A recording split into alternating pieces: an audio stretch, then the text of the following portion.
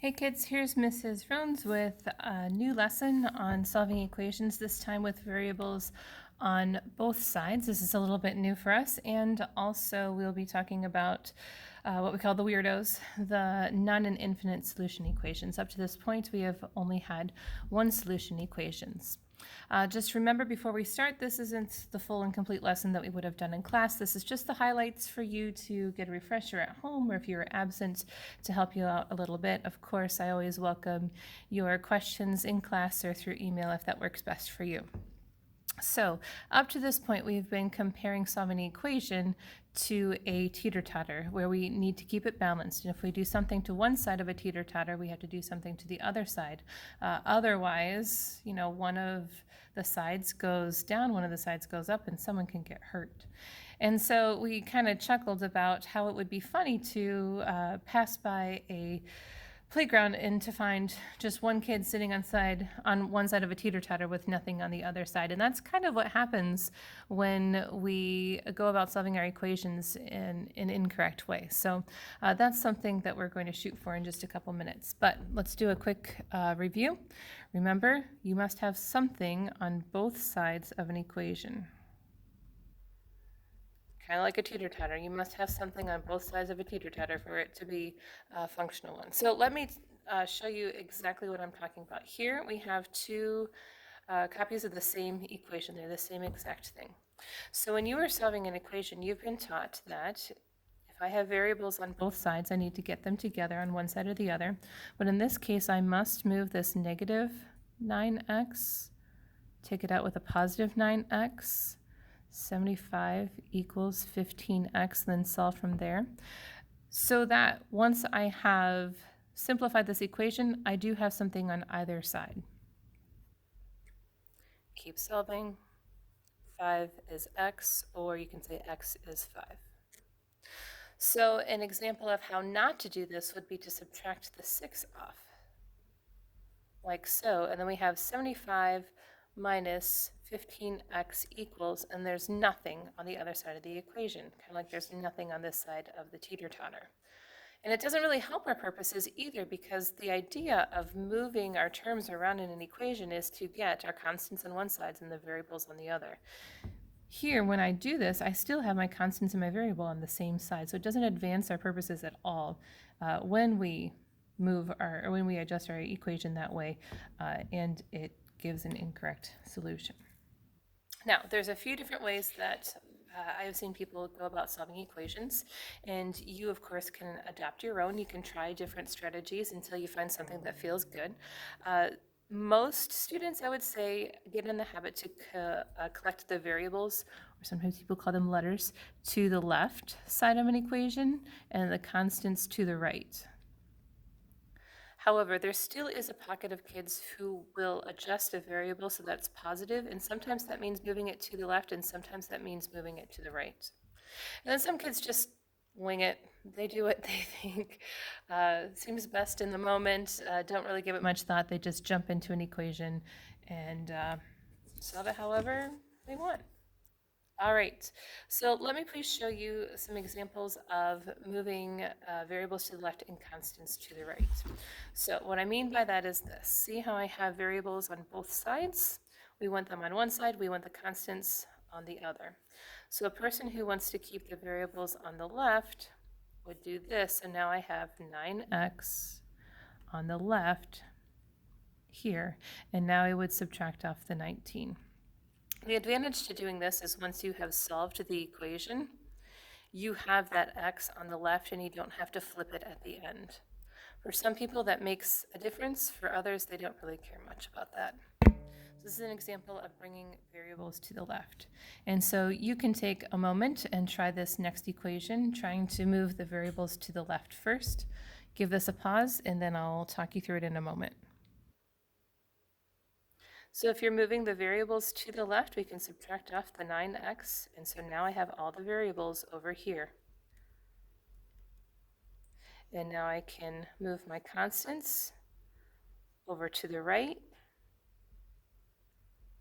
And now that I have variables on one side, constants on the other, I can isolate my variable x equals 12.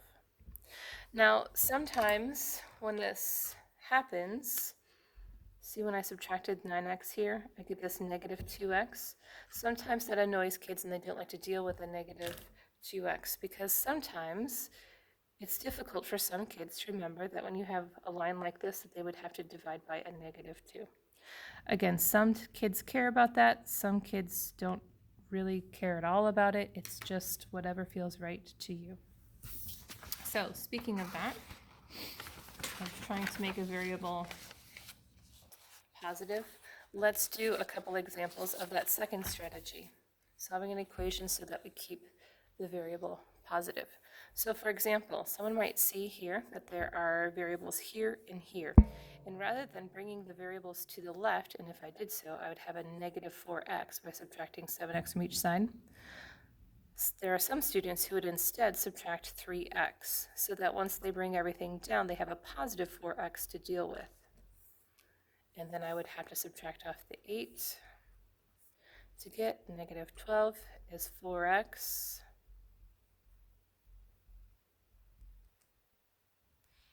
And so we'd have to remember to flip our solution in the end. Always write the variable first. So this is an example of keeping the variable positive. Okay. All right, in this equation, see if you can solve this equation by keeping the variable positive all the way through. Give it a pause, and then you can come back and check. Okay, so if I move this guy by adding 3x, I'm still going to have a negative 2x. So instead, let's add 5x, add 5x. So now when I bring things down, I have negative 7 equals positive 2x minus 9. Ooh, and that works nicely. It made the constant positive too. I like it when it works that way. So the thing about keeping your variable positive is sometimes you're going to get a solution where the constant comes first or the solution comes first. And you do need to remember to flip it around so that the variable comes first. Please check your work. See, there's lots of steps here, lots of opportunities to goof things up. So negative 5 times 1 is negative 5, minus 7 is negative 12. Negative 3 ones is negative 3, minus 9 is negative 12. This balances out, so this works. Okay, so let's make this even a step more difficult, where we use the distributive property and even use the distributive property and combining like terms. Before I talk you through this, how about you take a moment, please, and work these out as far as you can, and then I will give you some explanation. Give it a pause, and then you can start it up again when you're ready.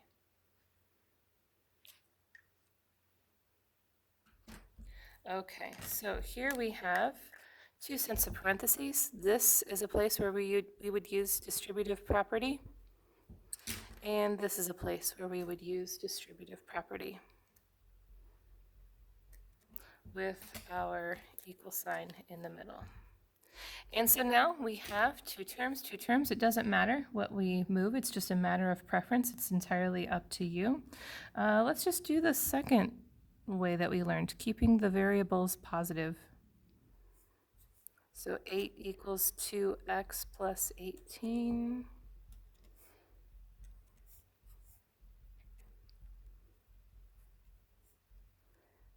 And so we get negative 5 is x, or x is negative 5. Now, just to make a point here, at this point it didn't matter what we moved because we had two terms and two terms. We could move anything and there would be something left. But it's at this point where it matters. See how I have a constant here and a constant here, and I have a variable here. So I want the constants on one side and the variables on the other. And see, I have constants on both sides. So that is why I chose to move this positive 18 to the left. Okay. All right, let's try the other side. 4 minus 4x is this one. Negative 2x minus 2 is this one. Now this bit here, this positive 3x, it didn't have anything to do with distributive property, so it just comes down just as it is, no change at all. All right, Now that I've done my distributive property, I can combine my like terms. Negative 4x and 3x is just a negative x. And everything else comes down unchanged. There's the 4 equals negative 2x minus 2. So I have two terms and two terms. It doesn't matter what I move. So let's this time do solving so that we have the variables to the left. So let's say I want to move these variables to the left. And this sets it up so that when I have my answer, my variable will be on the left. Okay, so now I have two terms and one term. That means I have to move one of these things. And since I have constants in both places, then that means that I have to move the 4. So x equals negative 6. Remember, please to check your work to make sure that when you substitute this value in for the x, that your equations balance out. Okay. We discussed in class how some students might be ready to combine steps. This is just kind of a little extra thing. This is not necessarily something that you need to learn and master to be successful in this class. It's just something to move our students ahead who need a little extra challenge. Now, some students prefer actually to show all of their steps. They would want to say, add 8x, and of course I could have solved this equation in the beginning any old way, but now I must add 8 because I had two terms on the left-hand side and showing all my work all the way down here. And that's totally fine, acceptable, and even as somebody who's been teaching this forever, I still tend to show all of my steps because I like to be organized and to show everything. But some students don't need to do all that. Some of our students can do a lot of mental math, and I don't want to restrict you in that way. So let's say you are a person who can see, I'm going to have to add 12 and add 12. They can cancel that out, and they can see, oh, I only have one thing over here, so now I need to bring this over here, and they can say plus 6x plus 6x, and then bring down what's left. And that's fine. You can do this. And some people mentally can say, oh, I'm going to have to divide by negative 2, divide by negative 2, 4 divided by negative 2 is negative 2. It would be negative 2 equals x, but I know that it's going to have to be x equals negative 2. You can do that and skip some steps, if that makes sense to you. Now, I would caution you, if you're doing that and it's not working out right, that you go back to showing all of your steps. But wait, there's more. All right, we're in the home stretch here. I promised you that we would talk about some weird situations, and here they come. And so sometimes we have, very rarely, we have these special situations where an equation is going to seem a little goofy. So here I have some distributive property, 3x plus 6 equals 3x plus 6. Some of us don't even realize that something weird's going on and we keep on going. But some people might think, well, that's kind of weird. Looks like the same thing on each side. Well, I'm going to simplify. Oh, now I have 3x equals 3x. Well, that's bizarre. Let's see if I keep going here. Oh, x equals x. Is that a thing? Actually, this is. The slang for it, which I've heard in some places, we try not to use it, is that this is a mirror image. So it's the same thing on both sides. So here it was the same thing, here it was the same thing, here it's the same thing. Basically what it means, though, is that any number at all can go into this equation for x and it will balance out. So if I say 2, x is 2, 2 plus 2 is 4 times 12 is 2, 3 2s is 6 plus 6 is 12. I can put in 0. 0 and 2 is 2 times 3 is 6. 3 zeros is 0 plus 6 is 6. I could put in a million. I could put in pi. I could put in whatever I wanted, and it will always balance out. Now, the terms that we use is this is an infinite solution equation. And so if this comes up in your homework, you can write infinite solution, or the shorthand is an infinity symbol if you prefer. Okay? But please do not leave your solution like this, because that doesn't necessarily indicate to me as your teacher that you understand that this is an infinite solution, whereas you can put any number in for x. So I do need to know that you realize that this is an infinite solution situation. Okay, here's another strange situation that you may come across. Let's say you are solving, x equals x plus 2. Well, that's weird. These cancel out, but so do these. So I have nothing equals 2, or 0 equals 2 if I had to put a number in there. 0 is not the same as 2. So this is, again in slang, which we try not to use, this is a broken equation, kind of like a teeter-totter that only has one kid on it. And what it means is that no number can be substituted into the variable. So when you think about it, you have the same x on each side. If you have the same thing on both sides, and one's with 2 and one's with 4, that's not going to balance out. No matter what you put in there, positive, negative, as long as you're putting the same number in for both x's, and you'd have to because they're both x's, it's never going to balance out. Now, if one of these were a y, that would be a different story. But since they're the same variable, they have to have the same value, so they're never going to balance out. Now, in our class, we call this a no solution. And the shorthand for that, for us, would be n/s. Okay, I would like for you to please attempt these bottom 3 questions and identify which one is a one solution, like a regular equation, what is a no solution, and one is an infinite solution. So take a moment, try those out, give this a pause, and then come back and I'll give you an explanation. Okay, welcome back. I hope you were successful. If not, I do hope that you can take in this part of the lesson and understand once I have shown this to you.